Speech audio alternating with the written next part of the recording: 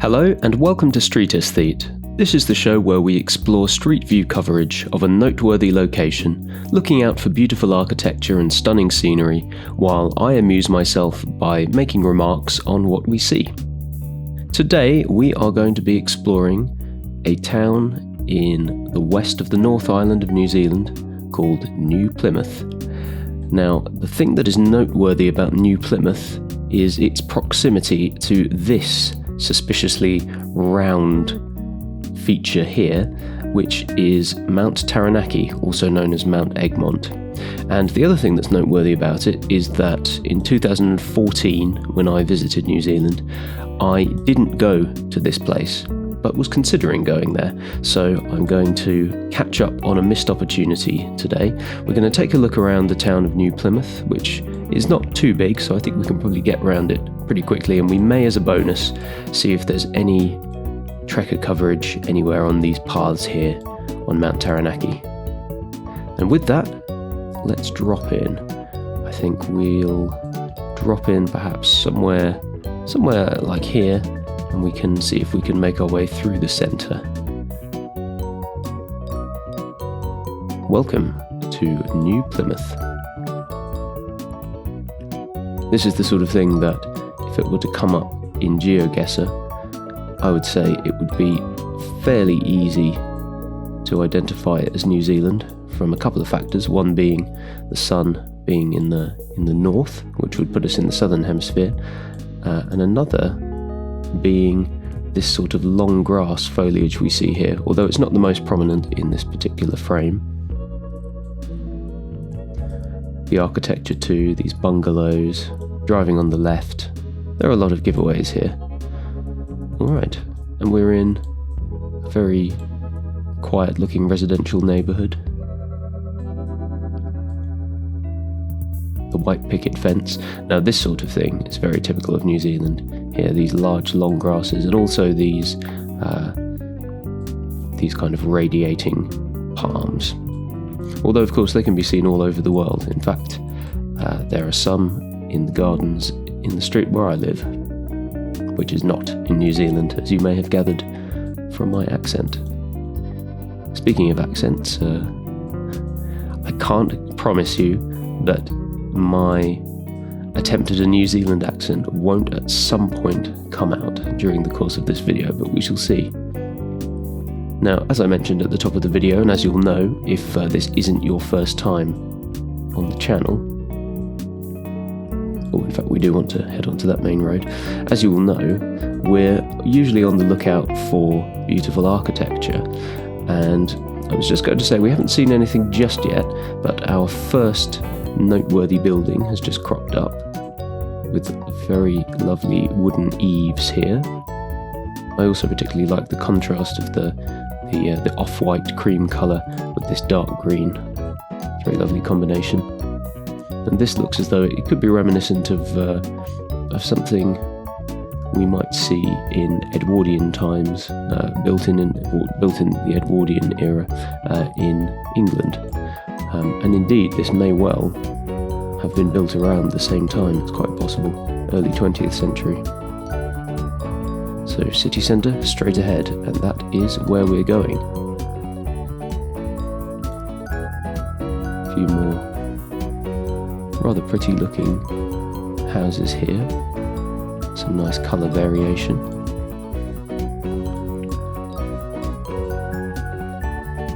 Rather overcast, not the sunniest coverage.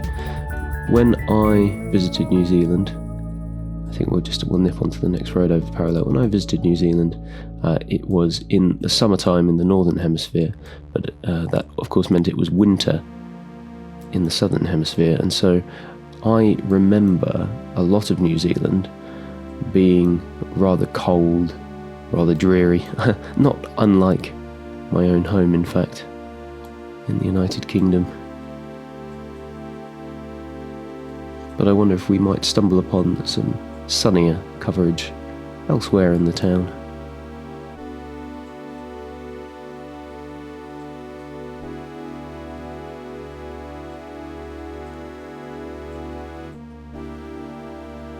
Very nice to see this Right, this bit of dense foliage here. I think that would be a nice little place to have your bungalow, perhaps set amongst this. Is it subtropical in New Zealand? Maybe in the far north it could be, but I think probably at this latitude it's temperate. And what are we aiming for here? Yeah, I think what we might do is we'll go one more block. When we come across this little park, we'll perhaps nip back over to the other side parallel. Okay. Here we have an unusual looking church. Looks like it could have been built in the 1960s, perhaps, something like that. Yeah. Yep.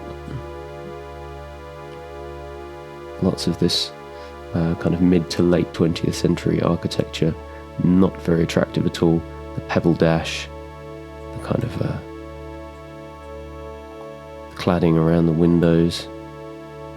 Yeah, not the most inspirational. It's not the best start here in New Plymouth, but I'm keeping my hopes up for a little bit more interest to be found in what is perhaps the historic core of the town, where we may see a bit more of the early colonial influence, perhaps. Wow, okay, yeah, good thing we came back in this direction. So, what do we make of this?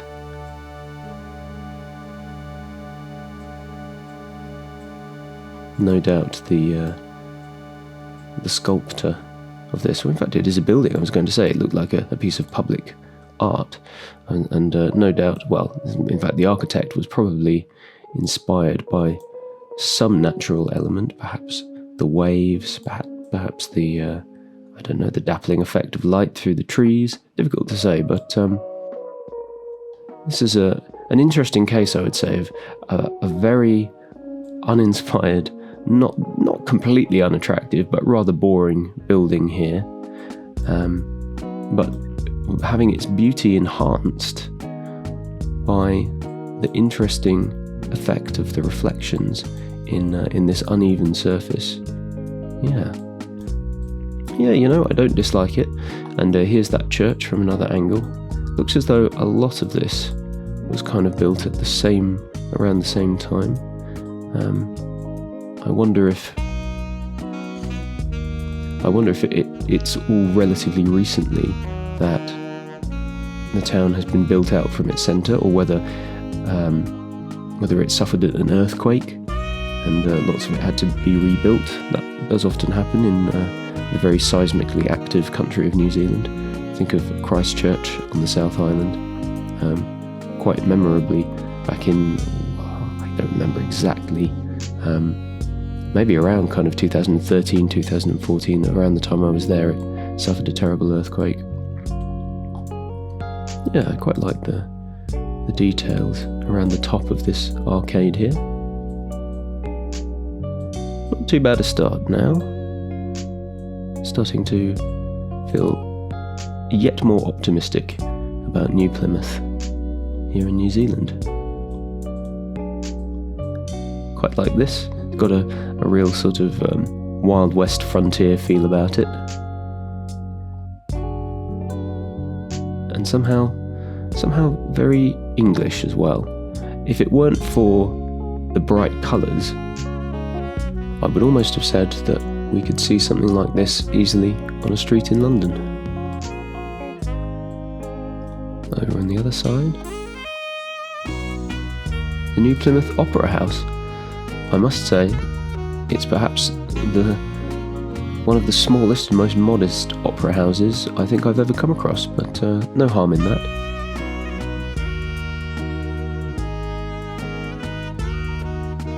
I like the wood we can see here, and then this more sort of 1930s style abutments against it. You know, it's just occurred to me that there was a clock tower just over here that I didn't comment on, and I did want to get a proper look at it. Yeah, it's unusual, isn't it? It looks to me as though it was possibly constructed around the 1930s, with this sort of Art Deco style on top, but then definitely very much with a nod to Victorian architecture, with what would be, if it were Victorian, late Victorian in London or elsewhere in the UK, red brick with these white highlights. But of course we can see it's actually some sort of concrete structure, and not sure if the tiles are placed over the top or whether they're integral to the structure. But anyway, rather nice really. Looks perhaps better from afar than it does up close. In any case, let us continue.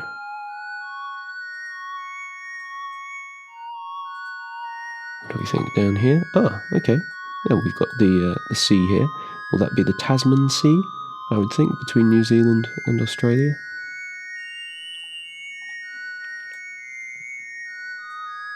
Yeah, I think we'll continue down this side.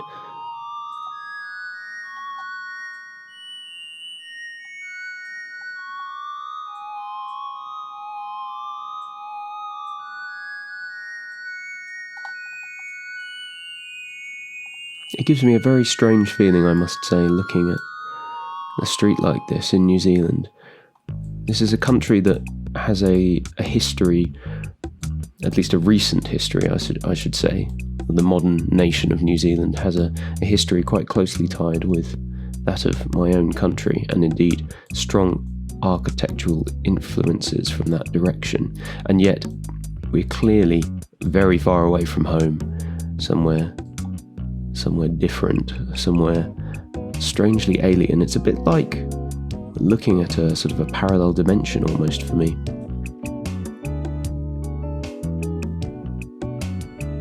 Interesting to see how much wood there is being used here.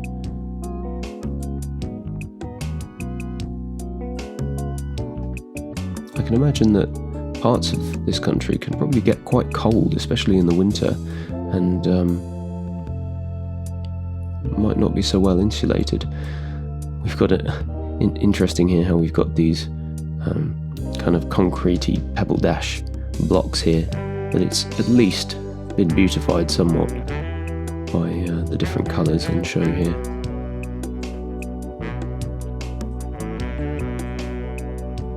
That's very nice. Reminds me a little bit of some of the buildings that you see in the centre of Tallinn in Estonia,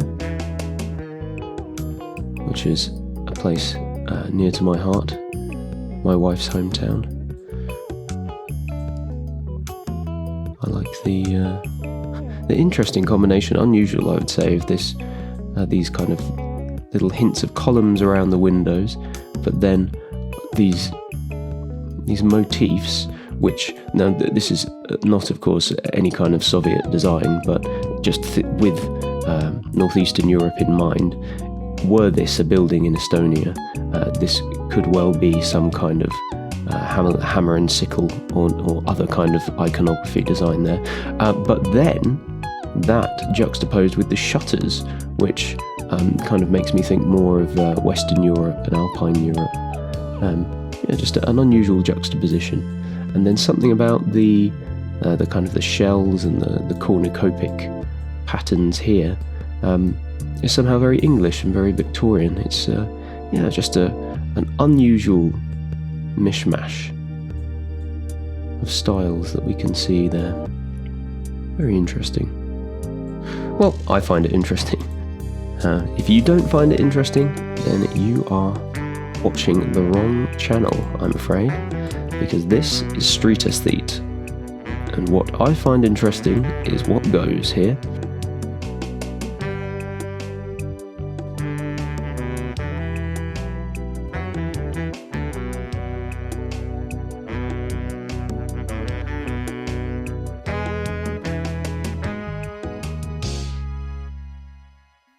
Now, I've got no intention of ticking anyone off or insulting anyone, but I'll call it out as I see it. This is perhaps not the most interesting town in New Zealand. The people of New Plymouth, I have no animus against you. I think you've got a lovely handsome town here. You've got access to the sea very close by, and of course you've got access to really what is probably the main reason to be in New Plymouth, which is the mountain to our south. And I wonder if, in fact, if we get to a clearing here, if we might see it anywhere in the distance. I'm not sure if it is visible from the town. And so you may well say, well, look, you don't come to New Plymouth, you don't come to most towns in New Zealand for the architecture. The reason you visit New Zealand is to see the absolutely stunning scenery. And I can say with confidence from experience that New Zealand has some of the most incredible natural beauty in the world. But this is Street Aesthete, and we're here to see the churches. And that is a very attractive bit of stonework, isn't it? Really kind of lovely light grey colours with just a hint of kind of yellowy redness. Really, really nice the way that we can see the extra arch around the doorway there. That's just lovely. It's funny, it doesn't look unlike the church near where I grew up, which is hundreds and hundreds of years old. Whereas this, I would say, is 19th century at the earliest. The church where I grew up is at least 300 years older than that. And yet there is some similarity in the approach to the brickwork.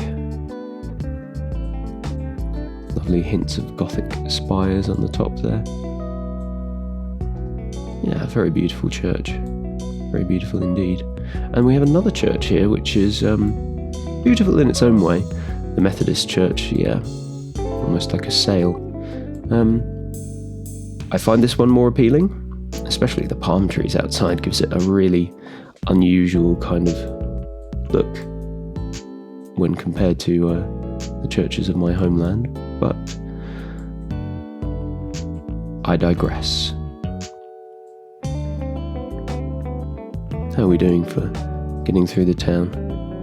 Yeah, we're sort of perhaps through the centre now, I would say, and coming back out again. Crowded House, a great band from New Zealand.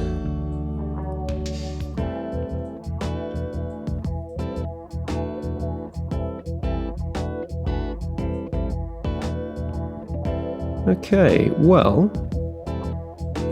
I think what we'll do, rather than continuing to proceed down this street, although that is really quite distinguished, isn't it? Really lovely. Lovely colours. Yeah, rather than proceeding any further as we start to get back out onto the edge again, what we're going to do is we're going to nip back out of the map. We'll maybe we'll drop in to the waterfront and we'll just take a look at that, and then we'll go and see if we can see anything at Mount Taranaki. We've got a little railway by the looks of it. I thought it was. Yeah, perhaps it goes through the cutting there. I thought it was a railway. Sort of looked like it. Yeah, well, there's certainly something there. The beach. I wonder what kind of beach they've got. Sandy, shingled. Any spots we can drop in? Pig Out Point. That's where we want to be, I should think. Okay, not much of a beach. And looking a bit rough. Well, perhaps not. Yeah, I'm not sure if I would fancy swimming just off here for fear of being dashed against these rocks. Where is this Pig Out Point? Somewhere up here. Let's drop into the photosphere. Oh, we can in fact get up onto this bank, which is a car park. I wonder why it's called Pig Out Point. And if that's its official name or if that's what it's been dubbed by the locals.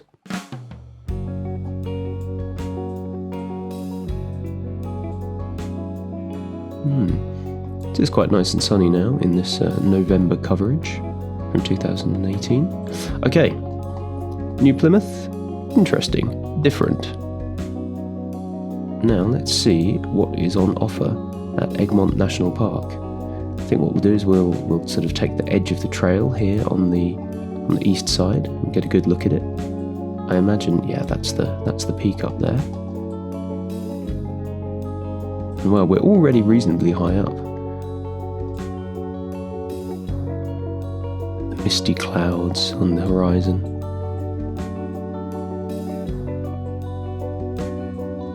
Yeah, fantastic clouds. And then we might as well go right to the peak. And we are up here in the very heavens. Wow, what a fantastic view. Look at this. I mean, that's unearthly, isn't it?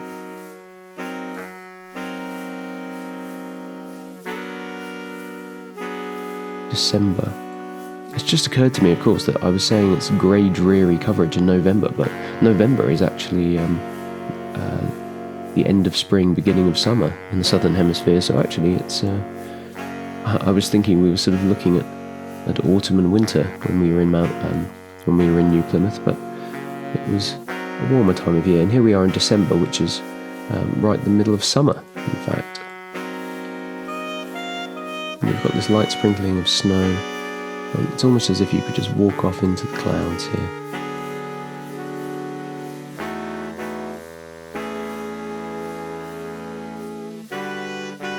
Amazing, wouldn't it be? Just fantastic to be up here.